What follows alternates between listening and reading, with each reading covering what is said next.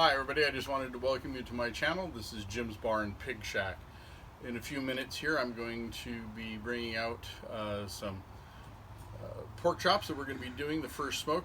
They're going to be my double cut, double smoked pork chops. So I just wanted to first welcome you all to the channel. Today we're doing one of my favorite recipes. We're going to be doing double smoked, double cut pork chops. Now these I picked up in my local butcher the other day, and these are double cut, so they're about 2 inches thick or so. And we're going to go ahead and brine these. We're going to go ahead and brine these for 24 hours, and then we're going to come back and we are going to season them up. Then we're going to put them in our smoker here, and we're going to smoke them. First, we're going to cold smoke them for a few hours to get a little extra smoke on them. Then we're going to go ahead and turn around and hot smoke them.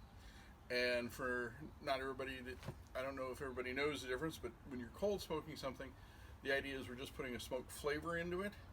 We are not actually cooking the meat, so that we keep the temperature below 80 degrees. You can do the same thing with cheese and all sorts of different things to smoke them for cold smoking. So that's what we're basically doing, and we're going to start that, and then we're going to hot smoke them and go from there.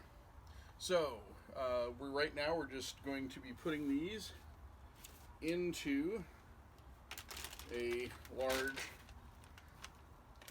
container here, and we're going to put some brine over it.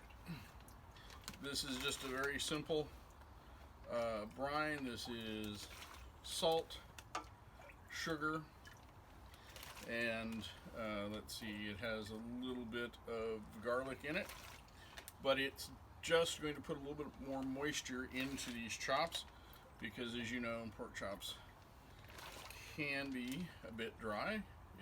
This will kind of help preserve everything. So that's what our plan is. So we're going to be getting these all set, and then I will come back tomorrow and we will sit down and take a look at putting them in the smoker. Alright, so you all have a great one. I'll finish this up, get these in the refrigerator for 24 hours, and then we will start again tomorrow morning. Alright, see you then. Good morning, everybody.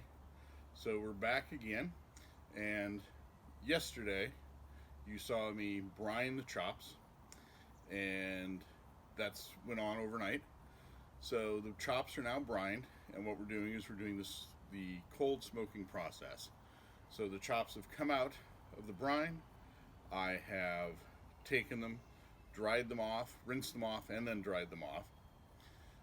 They're still a little tacky, and that's exactly what I want. I want the smoke to adhere to that little tackiness. Now, we're not going to cold smoke these for a long time. These are only going to be cold smoked for, I would say an hour, maybe 2. Anyway, so they're in the cold smoking right now.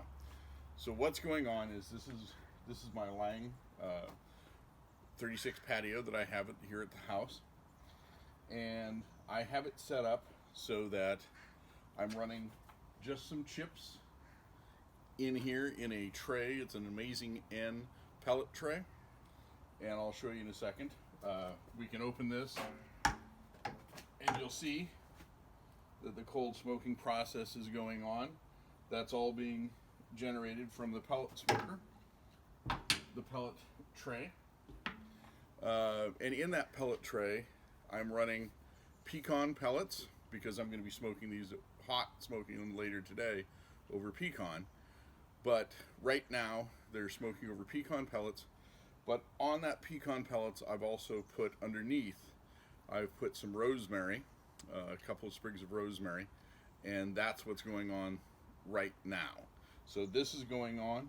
The idea with cold smoking is that we want to keep the temperatures below 80 degrees. Currently right now, the temperature outside and inside the smoker is 50 degrees on my remote thermometer that I have set up just to monitor this.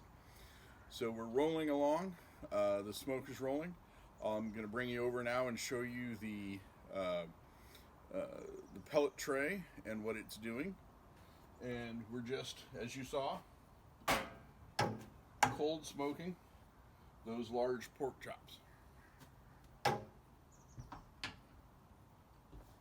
So we'll let that go for an hour, maybe two, and at which point we'll put them back in the refrigerator, let them sit until this afternoon, because I think the hot smoking process of these is probably going to take about an hour and a half.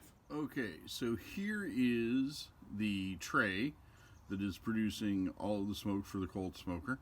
It's just an amazing N pellet tray, as you can see it there.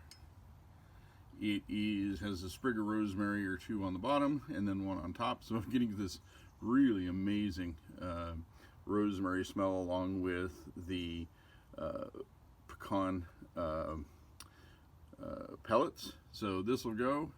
It's just setting it inside the firebox of my lining, and it just rolls along, and it'll keep going for, I think I've got enough pellets in there for about an hour and a half, maybe 2 hours. So it's 2 hours later, and we're ready to take the pork chops out of the cold smoke. As you can see, we're still getting some smoke on them, but it's time to let them go in and rest until it's time to bring them out to hot smoke them this afternoon. Alright, so welcome back. We're about ready to get these on to the smoker here in a little bit. As you can see, I've got some coals going over here that I'm going to put into the smoker to get it up to temp and then throw some wood on. But right at the moment, we want to get our pork chops seasoned up and get ready for them to go on the smoker once it gets up to temperature. We're going to be smoking these today at about 275. So right now we're just getting them up to where we need to be. We're going to get some oil on them here. Just want the rub to stick nicely, so we're just going to put a little bit of olive oil on them, and we'll get these all fully rubbed up here. And then what we're going to do is we're going to use the rub that I put together. I'm not really a fan of the commercial rubs, the ones you can buy from the stores, simply because they always have way too much salt in them, and especially on something that you've brined yourself, you probably don't want that much salt in the rub. So this has a bit of salt in it. The rub will have some smoked paprika. It's got some, it has some garlic powder and some fresh crushed black pepper and a little bit, and it also has a little bit of salt, kosher salt in there. So once we've got these rubbed with the olive oil, we're just going to come in and do a pretty liberal coating. First we'll do this side for everybody. Get everything nice coated. These are big pieces of meat, so they're going to be able to take a good amount of rub. And we'll flip them over here, and always remember, rub is not something we do. We pat them. We want to push the rub in. We don't want to rub it across. But like I said, we're going to be doing these today at about 275. I think they'll take somewhere around probably an hour, maybe a little hour and a half, to get up to an internal temperature for pork, which is 140. It's 140, 145. I'll have to take a quick check, but that's what we're shooting for on an internal temp. And once we get there, we will be set. So that's really all that we're doing here is getting these all nicely coated, and then we're going to let them, I'll tint them with some foil and let them come up to not room temperature, because won't be that long before those coals are ready, but we'll let it come up a little bit. It's not gonna, we're okay, we'll be well in the safe zone. Okay, so we've got the smoker up to 275 and we're ready to put the meat on. So let's get that done here.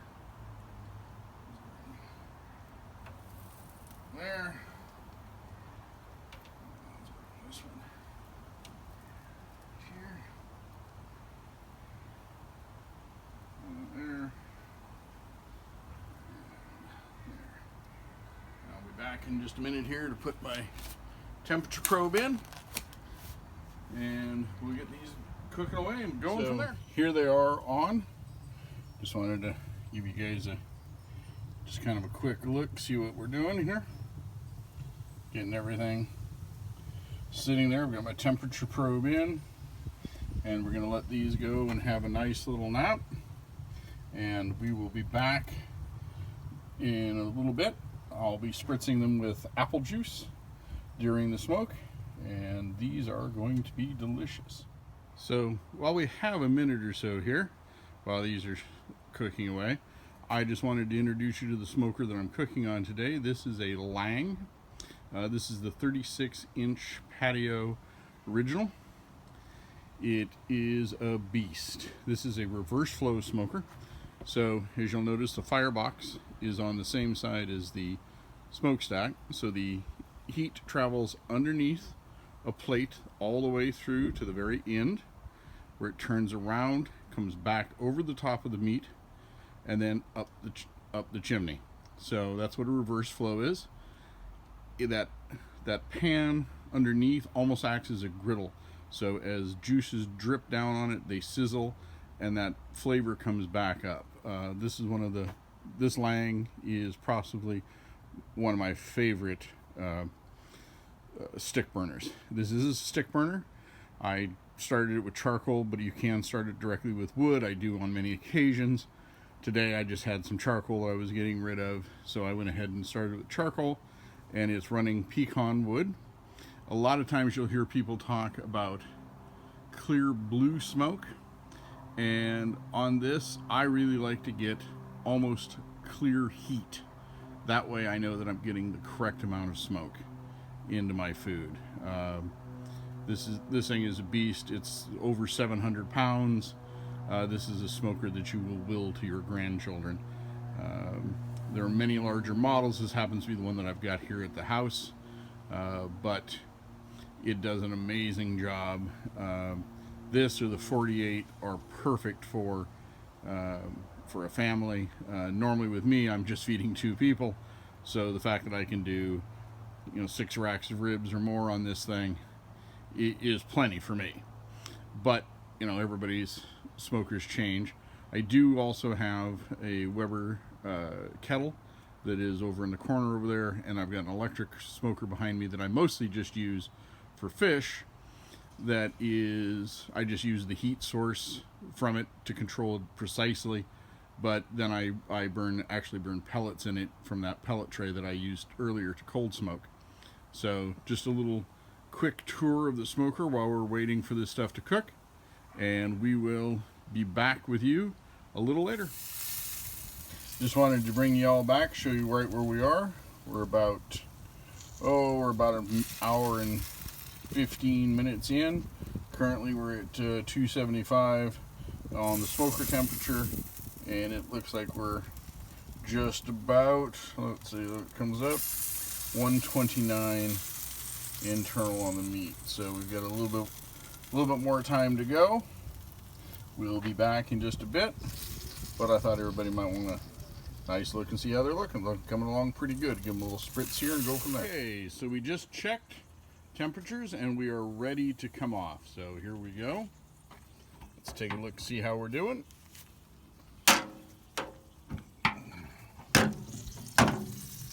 Oh, those are looking fantastic. Look at that. Probed these a few minutes ago, so I know that they're up to 145, which is the correct temperature for pork. And we're going to let these sit for just about 5 minutes. Okay, so we've rested, and now we're ready to take a look and see how these are doing. Let's take this one here. Oh, it's just like butter. Beautiful. Oh my goodness. So beautiful. Let's take another slice here. Unbelievably moist. Perfectly. So let's take a taste.